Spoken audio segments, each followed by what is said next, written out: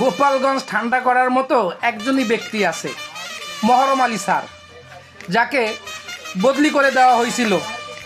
ছাত্রলীগ যুবলীগ পেদায়ে একবার হাগায় ফেলাইছিল, এমপি টেমপি কারোরে মানে নাই। তা আমরা চাই গোপালগঞ্জ ঠান্ডা করার মতো এনার মতো ব্যক্তিকে ওইখানে পুলিশ কমিশনার হিসাবে জয়েন করানো হোক। কারণ আমরা দেখতেছি যে এটা গোপালগঞ্জ, আসলে গোপালগঞ্জকে কেউই ঠান্ডা করতে পারবে না, একজনই পারবে, মহরম আলী স্যার।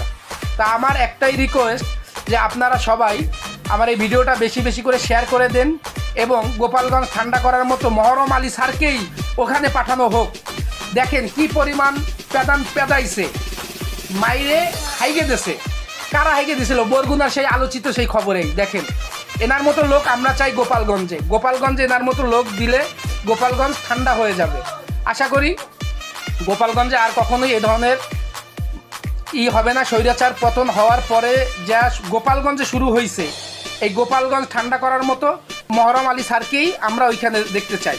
কারণ উনি থাকলে আর কারোর লাগবে না, ওনাকে পুলিশ কমিশনার হিসাবে ওইখানে পাঠানো হোক। দেখবেন যে 1 ঘন্টায় গোপালগঞ্জ ঠান্ডা হয়ে গেছে, যেরকম বরগুনা ঠান্ডা করে দিছিল।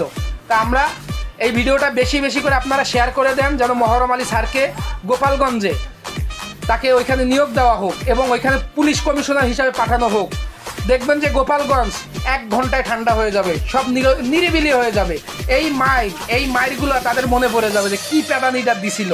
তো যাই হোক, আপনারা এই ভিডিওটা বেশি বেশি শেয়ার করেন এবং মহরম আলী স্যারের জন্য দোয়া করেন, সে যেন গোপালগঞ্জে যাইতে পারে, হ্যাঁ, যায় যেন সব কিছু ঠান্ডা করে ফেলতে পারে।